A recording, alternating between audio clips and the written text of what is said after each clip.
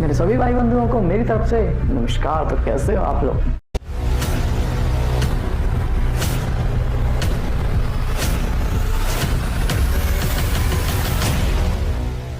तो भूल तो नहीं गए भाई लोग मेरे को। मेरा नाम यश पारिया है। आप लोग अगर भूल गए हो तो क्यों? क्योंकि बहुत टाइम बाद वीडियो आ रही है यार। और इस वीडियो में मैं आप लोगों को बताने वाला हूँ कि मेरे पूरे एग्जाम्स कैसे गए हैं और क्या क्या मेरे संग इन एग्जाम्स में हुआ है। तो वो सब मैं इस वीडियो में बताने वाला हूँ। तो एंड तक बने रहना। और हम इस वीडियो को पार्ट में बांट लेंगे, ग्रुप 1 ग्रुप 2।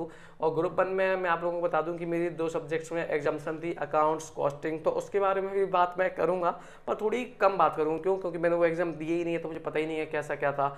और बाकी मैं ग्रुप 2 में भी मेरी ये हालत थी कि मैंने सिर्फ एडवांस अकाउंट के चक्कर में ग्रुप 2 दिया था। तो बाकी के जो 3 सब्जेक्ट बचते हैं उसका मैंने कुछ ज़्यादा पढ़ा नहीं था, तो मैं उसके हिसाब से बता दूंगा। पोल बोल लिया था उसके हिसाब से। तो स्टार्ट करते हैं अकाउंट्स से। अकाउंट्स का मैंने एग्ज़ाम नहीं दिया था, मैं आप लोगों को बता दूं। और अकाउंट्स का पता है, मेरे अकाउंट्स के मैंने बच्चों से रिव्यू सुना, अपने दोस्तों से रिव्यू सुना। मैंने उनसे कॉल पे पूछा था भाई कैसा रहा अकाउंट्स का पेपर। तो अकाउंट्स का पेपर ऐसा था यार कि हाँ ठीक है, एवरेज था और लेंदी था। मतलब नॉर्मल था, लेंदी तो खैर हर बार ही आता है। तो मतलब एवरेज था, लेंदी था। तो अकाउंट्स ठीक है। मेरे 60 मार्क्स थे, 62 मार्क्स थे पिछली बार। तो इस बार भी वही 62 आ जाएंगे, तो मेरे को इतनी कोई टेंशन नहीं है। अकाउंट्स तो ठीक है। उसके बाद लॉ आता है। लॉ नवंबर अटेम्प्ट में थोड़ा सा टफ आया था, नवंबर 2022 में। और थोड़ा सा टफ आया था, मतलब हल्का सा जो मुझे लगा था। और इस बार लॉ काफ़ी सिंपल आया था उसके मुकाबले में। आपको कहूँ बिल्कुल बेसिक बेसिक चीज़ें हैं। जो ऐसा होता है ना कि हर चैप्टर में हम कुछ इंपॉर्टेंट पढ़ के जाते हैं, और वही इंपॉर्टेंट आया भी था। तो ऐसा सीन था लॉ में। तो मैं अपने एक्सपेक्टेड मार्क्स बताऊंगा। लॉ का तो खैर काफ़ी सही गया था पेपर, और मेरे लगभग एक्सपेक्टेड है कि 51 52 तक आ जाए। और बाकी लॉ में क्या होता है ना कि हम चाहे जैसा लिखा है, हमारी लैंग्वेज के नंबर कट जाते हैं और काफ़ी ज़्यादा नंबर कट जाते हैं। तो कुछ पक्का नहीं है मुझे लॉ में कितने आ सकते हैं। तो वो तो जब तक कॉपी चेक होकर नहीं आ जाती ना, तब तक मुझे पता नहीं चलेगा लॉ में कितने आ जाएंगे। तो मैं ज़्यादा मान भी लूँ ना कि हाँ मेरी एग्जाम्सन भी आ सकती है, 55 भी आ सकते हैं। तो कुछ पक्का नहीं है, मैं मान के चलता हूँ कि हाँ लॉ में मेरे 50 तो आने चाहिए यार, कम से कम एटलीस्ट। उसके बाद आता है कॉस्टिंग। कॉस्टिंग के बारे में तो मैं क्या ही कहूँ। आप यकीन मानो, मैंने कॉस्टिंग का एग्जाम हुआ, मैंने पोल डाला कि कैसे लोग आप लोगों का एग्जाम गया। मेरे पास कमेंट आ रहा है भाई भरपूर। भाई भगवान को 10,000 बार थैंक यू बोल की तेरी कॉस्टिंग में एग्जाम्सन थी पिछले अटेम्प्ट में। भाई नवंबर अटेम्प्ट में तू सही निकल गया। भाई कॉस्टिंग में तो यार एल लग गए पूरे गंदे वाले। भाई कॉस्टिंग का तो यार क्या बताएं भगवान को, तू आज प्रसाद चढ़ा के आ। मैंने वही ऐसा क्या हुआ भाई, मैंने पोल डाला, पोल में 67% हार्ड। मैंने 1000-2000 बच्चों ने वोट करा था, उसमें 67% बच्चों ने हार्ड, बहुत हार्ड पेपर गया भाई, बहुत हार्ड। और फिर मैंने और भी अपने दोस्तों वगैरह से रिव्यू सुना, बोला भाई 40 आ जाए बहुत है। तो मैं खुश भी हुआ बहुत। मैंने बोला यार कहाँ भगवान बचा लिया नवंबर अटेम्प्ट में। कॉस्टिंग से तो वैसे भी डर लगता था, नवंबर अटेम्प्ट का थोड़ा सिंपल आया था तो काम चल गया। तो कॉस्टिंग के तो भाई लगे पड़े हैं, मुझे लग रहा है ग्रुप बनवा लो के। मेरे 60 मार्क्स थे, तो मुझे कोई इतनी टेंशन नहीं है। मैं क्या सोचूं यार, 60 मार्क्स है मेरे, छोटी बात थोड़ी ना है। मेरे 60 आएंगे, ठीक है। उसके बाद हम आते हैं टैक्स पे। टैक्सेशन में तो यार मुझे इतना खौफ है सिर्फ टैक्सेशन सब्जेक्ट का, क्योंकि मैं सिर्फ टैक्सेशन के चक्कर में नवंबर अटेम्प्ट में फेल हो गया था। और इस बार में खैर मैंने पहले ही मन बना लिया था कि हाँ यार टैक्सेशन का पेपर इस बार टफ नहीं आएगा, क्योंकि यार कॉस्टिंग का इतना टफ आ गया तो टैक्सेशन का टफ नहीं आएगा।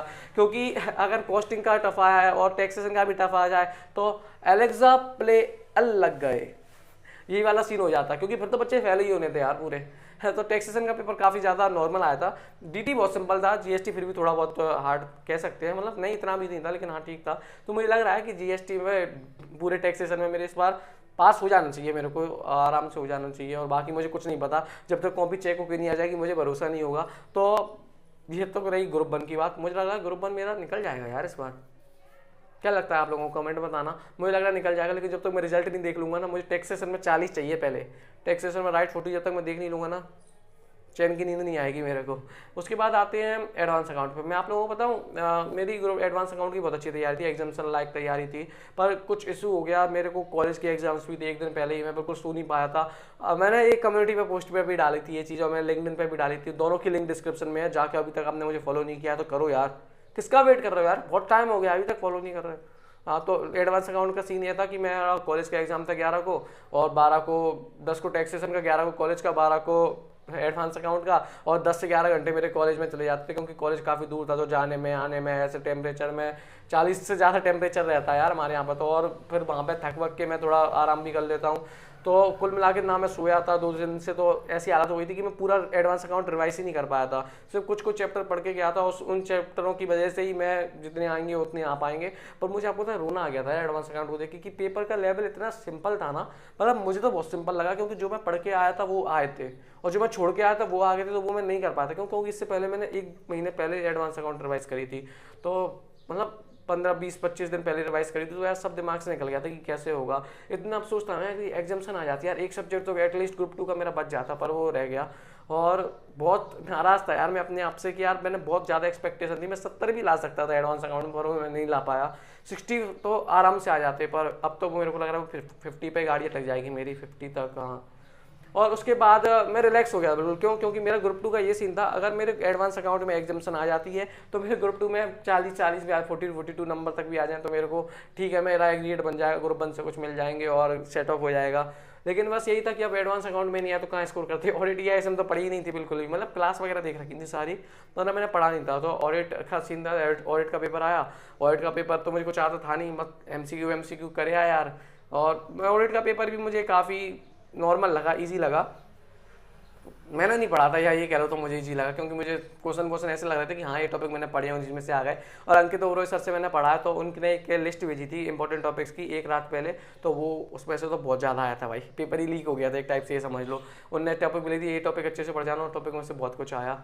तो ये तो बात रही है ऑडिट की। मेरे हिसाब से ऑडिट का पेपर एवरेज था बिल्कुल, ज़्यादा कुछ था नहीं। उसके बाद आता है EISM। देखो आपको पता है एक पैटर्न चलता आ रहा है कि हर ग्रुप में एक ओके टाइप का पेपर आता है, एक आता है टफ पेपर। ओके मतलब नॉर्मल पेपर आता है, थोड़ा सा लेवल उसका थोड़ा सा हार्ड होता है, और एक आता है टफ पेपर। ग्रुप नवंबर अटेम्प्ट में लॉ का पेपर, ग्रुप 1 में लॉ का पेपर आया था थोड़ा ओके टाइप का, और टैक्सेशन का पेपर आया था टफ बहुत।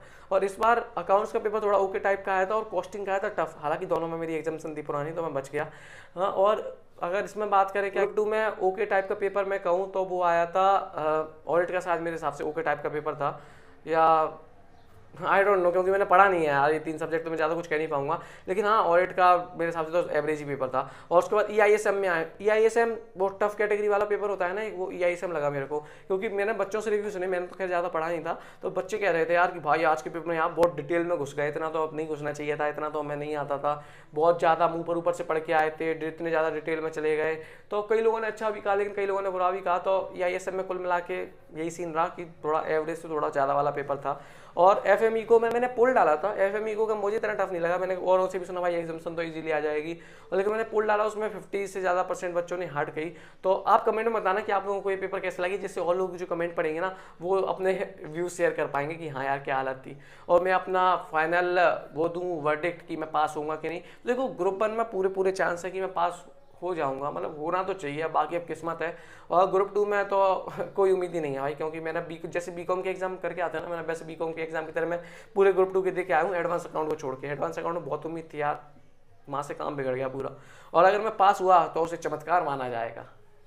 सीटें मैं भर के आया हूँ, और मैं कंटेंट भी लिख के आया हूँ, वैसे नहीं बिल्कुल अनरिलेटेड, उनसे रिलेटेड पूरा लिख के आया हूँ, पर मन से बना के लिख के आया हूँ, तो मुझे नहीं पता उसमें नंबर मिलेंगे नहीं मिलेंगे। और बाकी रिजल्ट आता है तो शेयर करता हूँ मैं रिजल्ट कितने मार्क्स आया। हालांकि ग्रुप 2 के मार्क्स शेयर करने में मेरे को काफ़ी ज़्यादा क्या कहूँ कि क्या नंबर शेयर करूँगा ग्रुप 2 के, तो क्या जब तो बहुत टाइम है रिजल्ट तक आने में।